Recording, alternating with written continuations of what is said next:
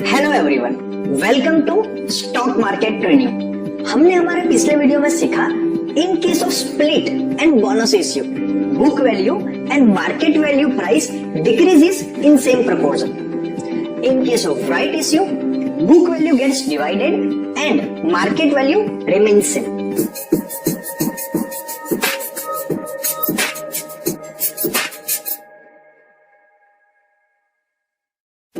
Our today's topic is company fundamentals, cash flow, in which we will cover what is cash flow and cash flow per share, which is more important, EPS और cash flow per share।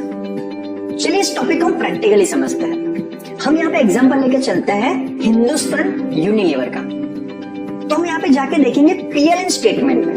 तो पीएलएन statement में हमें data मिलता है, वो है net profit. Actual company ने 2020 के ईयर के अंदर कितना प्रॉफिट अर्न किया, ये कैसे निकलता है?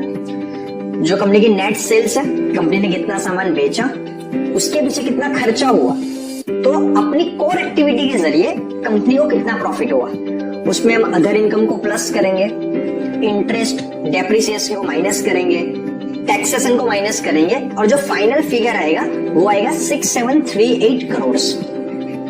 तो ये हो गया नेट प्रॉफिट। लेकिन जैसे आप सब लोग जानते हो कि बिजनेस के अंदर बहुत बार जितना प्रॉफिट दिखता है पेपर के ऊपर, उतना पैसा एक्चुअली में हमारे हाथ में नहीं आता। तो ऐसे केस में अपनी हेल्प करेगा कैश फ्लो।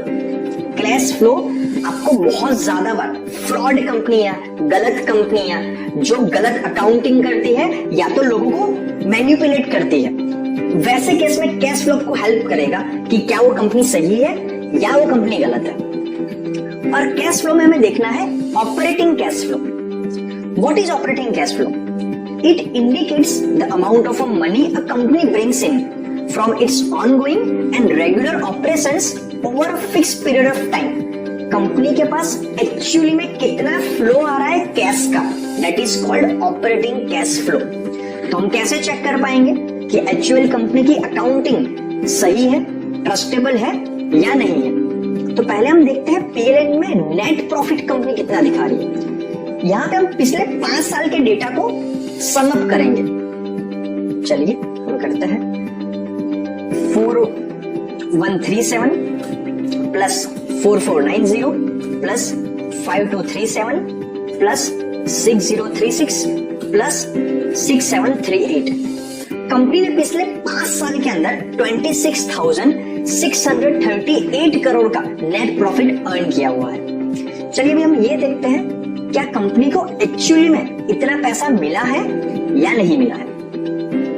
यहाँ पे हम जो कंपनी का ऑपरेटिंग कैश फ्लो है उसको सम अप करेंगे पिछले 5 साल के डेटा को, इस रो को 3974 प्लस 4953 प्लस 5913 प्लस 5728 प्लस 7305, जो आ रहा है 27,873 करोड़। मतलब कंपनी का एक्चुअल में जितना नेट प्रॉफिट है उससे ज्यादा पैसा कंपनी के पास आया है। तो एक्चुअल के केस में ऐसा क्यों हो पाया? क्योंकि एक्चुअल की कैश साइकिल काफी ज्यादा अच्छी होगी। एंड डेफिनेटली हम इस डेटा के जरिए ये पता कर सकते हैं कि एक्चुअल कंपनी की अकाउंटिंग ट्रस्टेबल है और हम एक्चुअल को एक अच्छी कंपनी मान सकते हैं। उसी से मिलता जुलता एक और रेशियो आता है जिसे कहा जाता है कैश फ्लो पर शेयर। हम हमारे पिछले सेशंस के अंदर ईपीएस को डिस्कस कर चुके हुए हैं। ईपीएस का मतलब क्या होता है? Earning per share.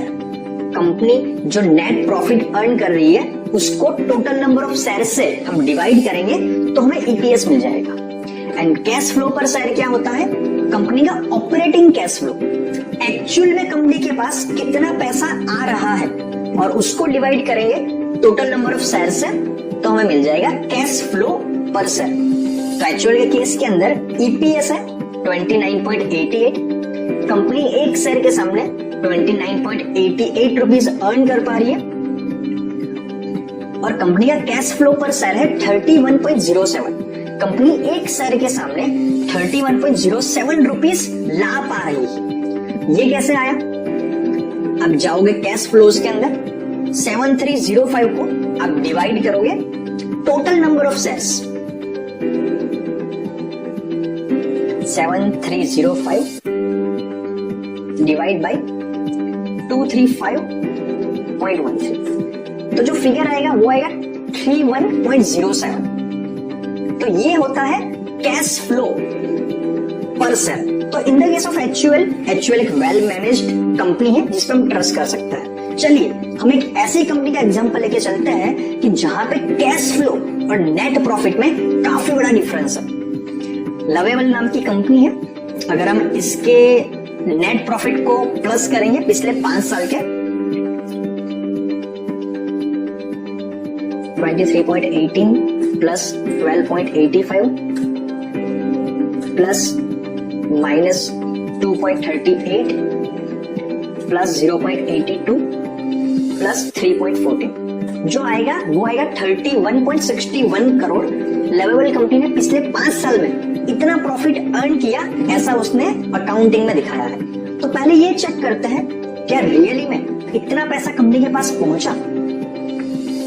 अगर हम यहाँ पे ऑपरेटिंग कैश फ्लो की जो रो है इसका समेशन करेंगे तो हमें ये फिगर मिल जाएगा 8.1 plus minus 0.97 minus 1.47 plus 12.55 plus 4.1, तो ये डिजिट आएगा 22.31 करोड़।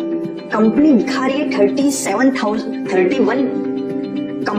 रही है 37 करोड़ का 61 करोड़ का प्रॉफिट, और एक्चुअली में उससे 60% जितना अमाउंट ही कंपनी के पास पहुंच पाया है। तो लवेबल कंपनी की अकाउंटिंग को हम ट्रस्ट में भी नहीं कर सकते। बहुत बार क्या होता है कि मान लीजिए हमने 100 रुपए की चीज को बेचा और 80 रुपए मेरी कॉस्टिंग थी, तो मैंने सेल कंप्लीट कर दी, तो 20 रुपीज का नेट प्रॉफिट मैं पीएल स्टेटमेंट में दिखा दूंगा। लेकिन क्या वो 100 रुपए एक्चुअली मेरे पास पहुंचे या नहीं पहुंचे, ये चेक करने में आपकी हेल्प करता है कैश फ्लोस। बहुत बार ऐसा होता है हमने एक बहुत बड़ी सेल कर दी, किसी ने हमें चेक के रूप में पेमेंट दिया, चेक बाउंस हो गया, या सामने वाली कंपनी ने हमारे साथ फ्रॉड कर दिया, हमें पेमेंट ही नहीं किया। तो ऐसे केसेस के अंदर कैश फ्लो के अंदर और पीएल स्टेटमेंट के नेट प्रॉफिट के अंदर बहुत बड़ा डिफरेंस हो सकता है। तो ये आपको दिखाता है कंपनी कितनी वेल मैनेज्ड है, कितनी अच्छी है, ये चेक करने में कि कहां से उसको पैसा मिल पाएगा और कहां से पैसा नहीं मिल पाएगा। तो आपको ये चीज समझ में आ चुकी होगी कि ईपीएस से कंपेयर में हमें कैश फ्लो पर शेयर को ज्यादा वेटेज देना है। तो आज के वीडियो में हमने सीखा cash flow shows exactly how much money a firm is getting after selling. Cash flow per share is more important than EPS. आज के वीडियो में इतना ही, मिलते हैं नेक्स्ट वीडियो में। Thank you very much.